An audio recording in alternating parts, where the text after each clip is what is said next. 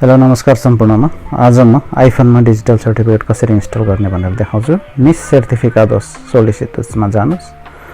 यहाँहरु office visit गरिसके पछाडी यसरी यो खुल्छ, उहाँहरुले रेजिस्टर गरिदिन्छन्।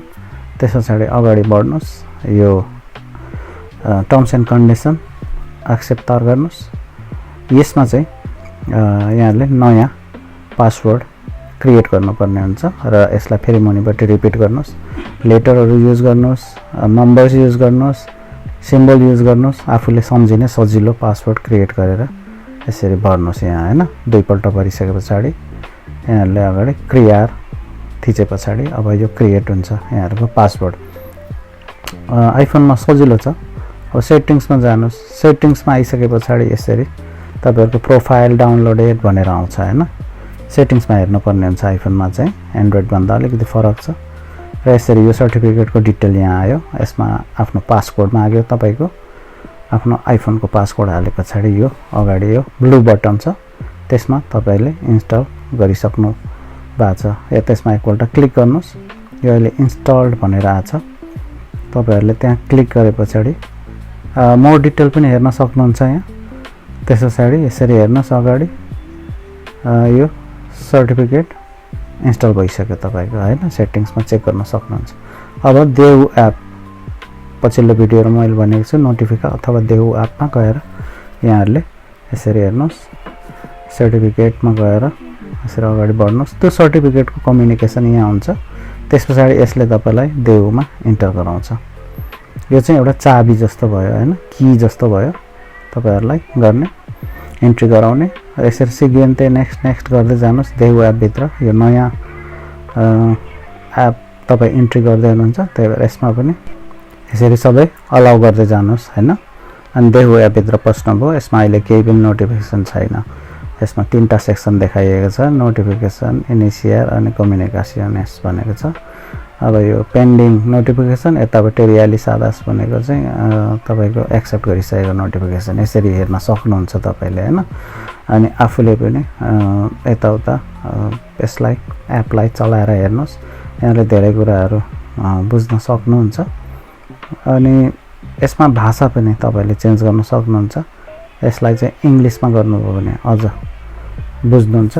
अब स्पेनिशमा वर्डहरु तपाईहरुले यसरी हेर्दै जाँदाखेरि चाहिँ तपाईहरुलाई दिमागमा चाहिँ स्पेनिश वर्ड्सहरु पनि अलिकति दिमागमा सेट हुन्छ। त्यही भएर अलिकति भाषा सिक्दै गर्ने मान्छेहरुलाई, सिक्न खोज्नेहरुलाई त झन् सजिलो हुन्छ। यसले राम्रो एउटा सपोर्ट गर्छ भनौं न। यस्तो एपहरु गभर्नमेन्टको पोर्टलहरुमा देखिने जुन ल्याङ्ग्वेजहरु हुन्छ तिनीहरुले धेरै नै हेल्प गर्छ। मेरो पनि यसरी नै ल्याङ्ग्वेज ग्रोथहरु हुँदैछ अहिले। अनि यसपछि अगाडि हामीले अर्को एपलाई पनि ट्राई गरेर हेर्छौं हैन। यो चाहिँ आज चाहिँ स्पेशल यो भिडियो चाहिँ सिर्फ उसको लागि हो, इन्स्टलेसनको लागि आइफोनमा देखाएको हो। यसरी तपाईहरुले साइडको बटनमा थिचेर इंग्लिश ल्याङ्ग्वेज छान्न पनि सक्नुहुन्छ।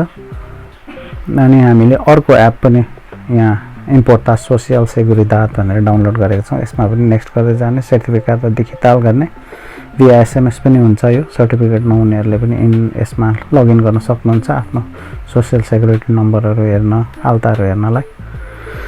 अनि एक्सेप्ट गर्नुस्। यसपछि एक्सेप्ट अगाडि अनि यसरी तपाईको नाम सहितको एउटा लगइन आउँछ। कन्टिन्यू गर्नुस्। अनि यसपछि यो इम्पोर्टास एप भित्र चाहिँ यहाँले यो नोटिफिकेसन पनि एक्टिभ गर्नुस्।